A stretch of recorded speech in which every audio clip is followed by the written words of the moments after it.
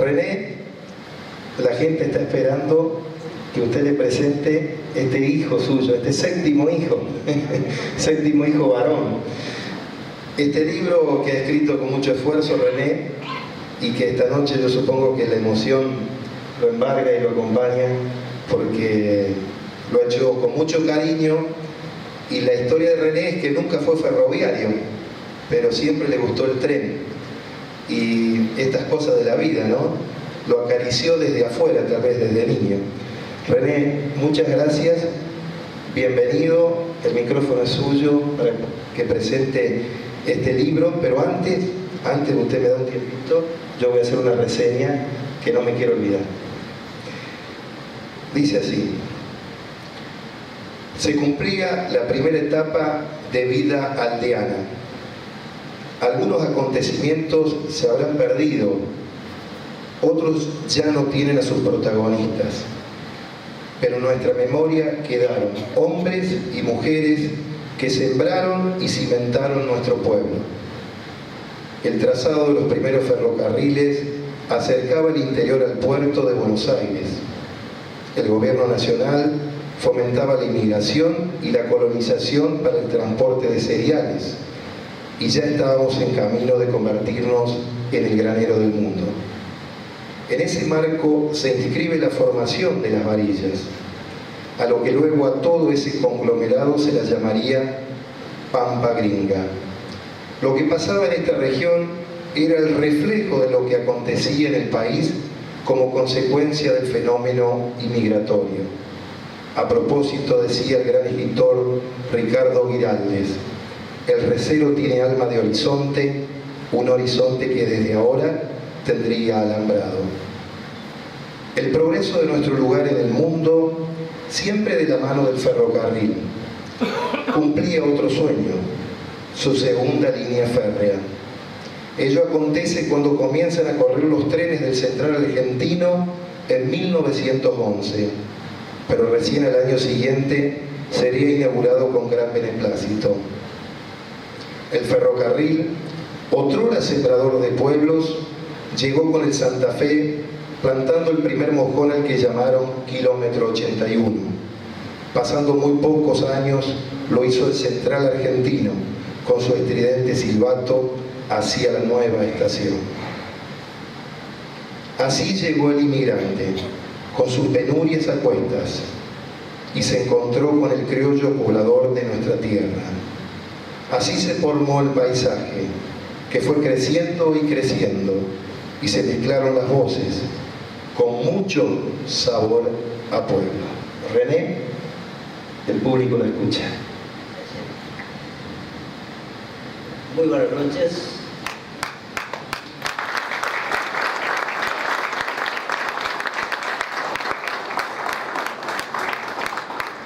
Otro sueño cumplido, Iván. Este es mi séptimo trabajo en 8 años. Un buen promedio, creo. Aún recuerdo cuando nuestra querida María Teresa Nájel me empujó para que me animara a mi primer libro.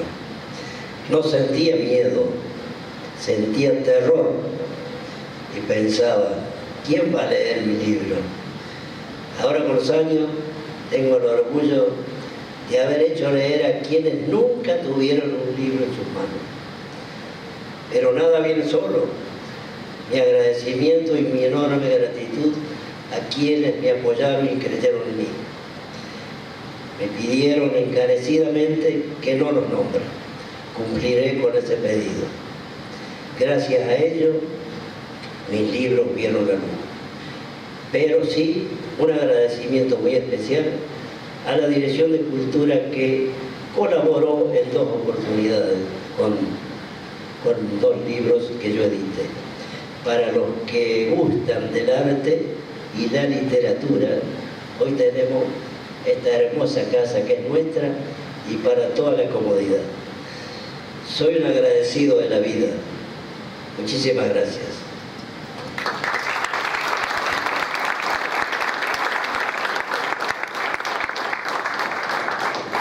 Unos pasajes más.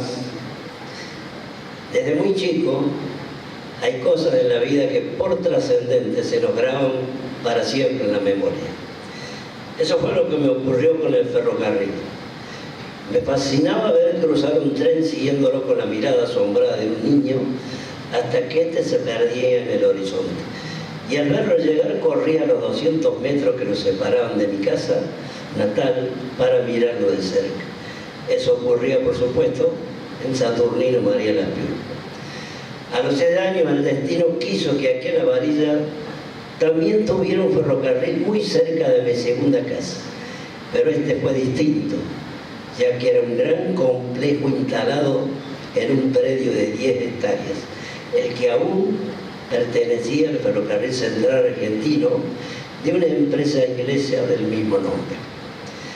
No sé qué atractivo tan especial tenía ni por qué me gustaba tanto.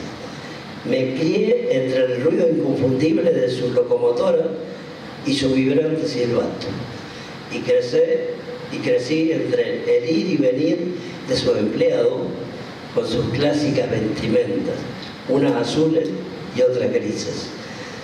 Me hice amigo de todos para poder meterme en el intrincado laberinto que demandaba el incesante movimiento de trenes que corrían diariamente. Los cargueros con su interminable fila de vagones, mientras que los pasajeros lo hacían con 2 largos coches y un furgón de cola, sin contar los llamados especiales, acarreando ganado en pie con su correspondiente racionamiento para los largos viajes. La Varilla fue formándose primero al conjuro de su aldea, que la vio nacer al unísono de sus 2 ferrocarriles, el Santa Fe Nuevo Belgrano y el Central Argentino más tarde Mitre. La zona varillense florecía en espigas doradas, las que se almacenaban en los amplios galpones acopiadores de grano, para que a su debido tiempo el ferrocarril las transportara a su destino final, los grandes puertos. El comercio y la industria mostraban un crecimiento sorprendente, hasta que un día, siempre hablando del ferrocarril, todo cambió. El vaivén de la política y los pésimos gobiernos eliminaron de un plumazo a los que nos dio vida y progreso. El oportunismo y la ignorancia nos sumieron en el atraso más cruel que conoció nuestro país. Fueron muriendo los pequeños pueblos, convirtiéndose en imágenes fantasmagóricas.